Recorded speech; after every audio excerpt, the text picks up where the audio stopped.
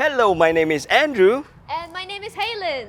In this episode, we're going to find out whether you can use wide-angle lens and shoot nice portraits. Because when I started photography like 30 years ago, I was learning, the teachers all tell us that never use a wide-angle lens for portrait. Wait, hold on. What is exactly a wide-angle lens? That's a wide-angle lens. This is a wide-angle lens. It's used for landscape and scenery shots. So teachers are always telling us back then, 20, 30 years ago, they said never use that. You're going to make your subject look... Never mind, we'll show you. We're going to slap on our wide-angle lens and shoot portraits of Helen and make her look nice and see if it looks nice. Let's start. Wait, so does that mean my photo won't look nice today? Don't worry, I'm on the show. First tip, go extremely low. One of the biggest problems with wide-angle lens, why they are not suitable for portraits, is that they distort your subject. You know what I say? Distort your subjects anyway and celebrate that in fact you are not low and wide enough. Let me show you what I mean. So you notice how much Helen leans forward. So I'm going to put the camera here. This is where you have one of those modern articulated screen that will be fabulous. I don't have one, so I have to put this on autofocus, auto area like so. So that way the camera can help me to detect where Helen's face is. And oh, I like this. Look at that. Like a Christian Dior ad.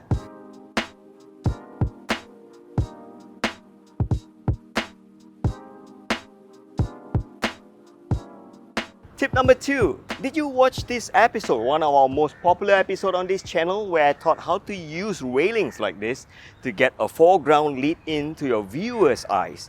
Now, with the camera on a wide-angle lens, you can even distort this foreground lead in. And here's what I do, I have my whole wide-angle lens touching the railing. This will give a fabulous lead in.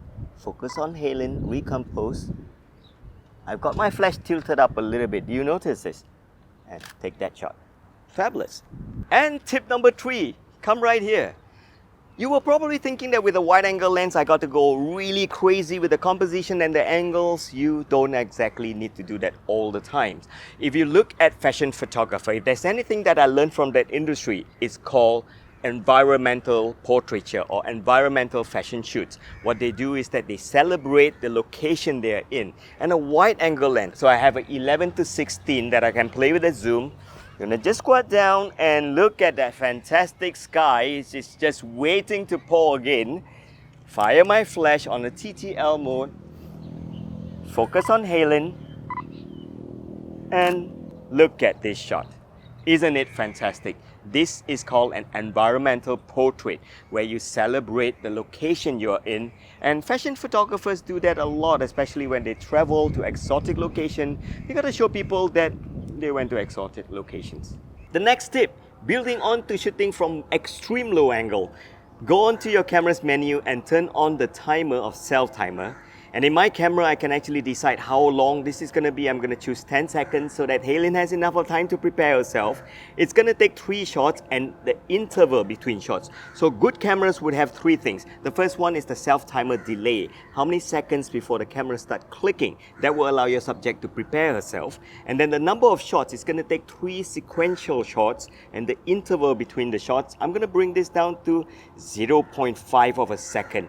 So with that done now, there's one more thing that you got to do to teach your camera how to be able to focus.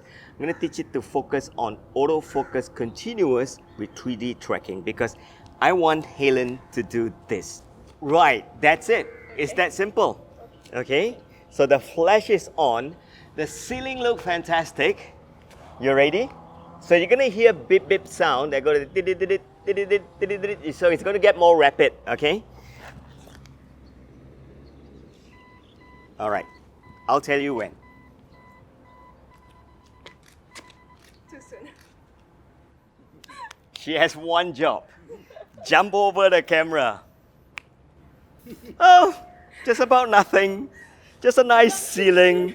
Okay, so instead of putting 3 shots now, well, Helen wouldn't know exactly when to jump, so I'm gonna do 5 shots. All right. So if you're going to be firing a flash, in this case, I want that separation. Use the mode of manual mode instead and then bring down the power to 1/64th of a power instead of TTL. The logic is because TTL fires twice. And if you're going to put your camera on rapid burst shot like this on self-timer, the flash will not be able to cope and it will stop firing. So manual mode, the flash will only fire one time. And keep the power low. 1/64, 1/128 is sufficient to get the shot done. You ready?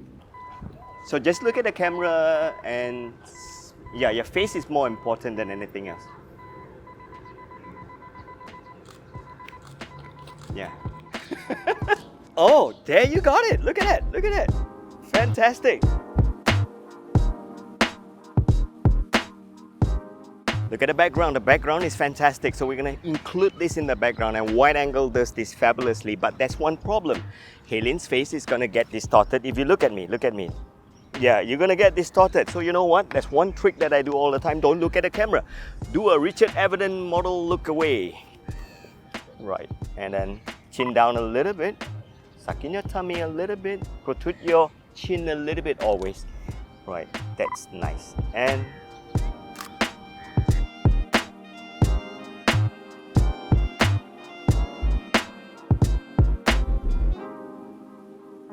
look at the arms and the face in this shot. It's totally distorted. You look like you have octopus arms. Yeah, you do. So we've done extreme low angle in the previous tip. This tip is extreme high angle.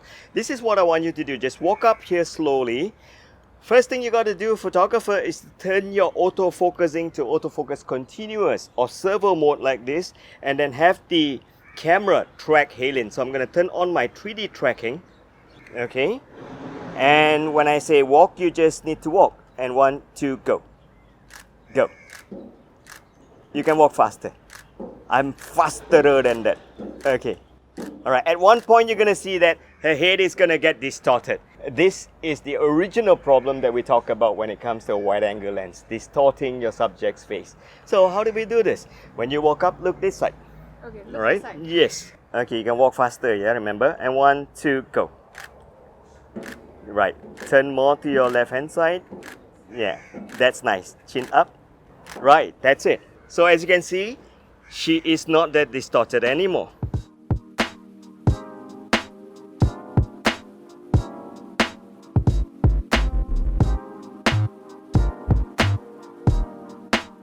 The next tip is called shooting blind. Press photographers do this all the time where we have no access with all the crowd of other photographers. I'm going to teach you how you can adapt this to get a fantastic shot for portrait. Turn your face here. Now this arm is going to look distorted because it's nearest to the camera. So Heilin, switch this, go down here. Right, that's correct. So I want you to stick your chin out, and then what I'm going to do is just take some burst shot. Different angles without looking. And this is one of the best ways to get fantastic, surprise me kind of composition with a wide angle. Okay, we got to redo all this. I just realized that I was on autofocus continuous and you were not moving. So when it's autofocus continuous and she's not moving, won't work. So turn this to autofocus auto and auto area and chin down and redo this again. So randomly move your camera a bit and let the camera surprise you. Did you hear the beep beep sound? It indicates that it's focused on a subject. So the trick, that's a fantastic shot. This looks truly like Visit Hong Kong photos.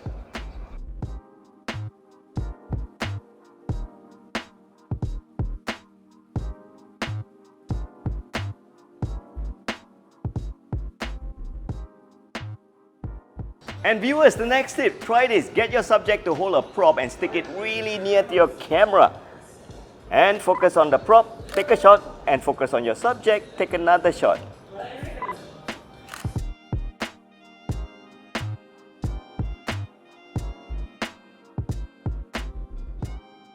I bet you like the video. If you do, please do 3 things for me.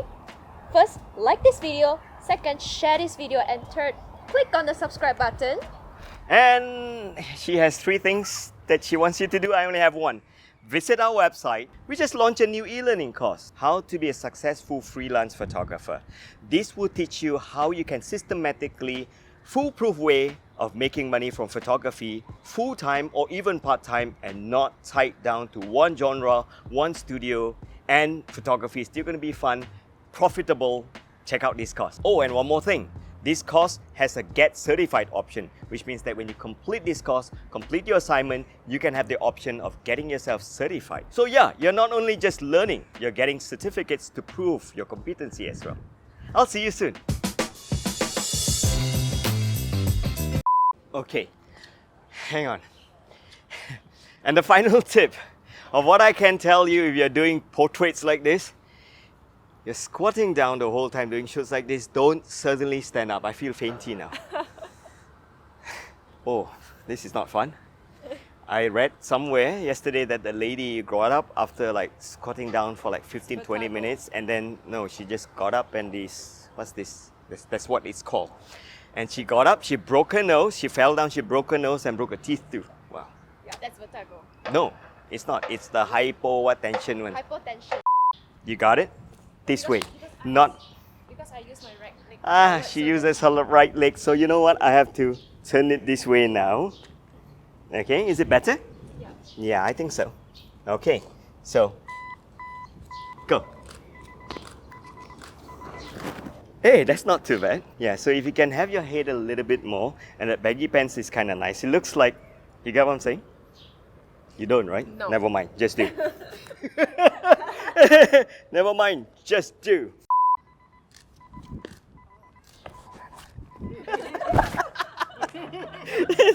That's all. Look, fantastic. Look at how the pro does it. Oh, Kimosabi, you have much to learn. Look at that. Look at that.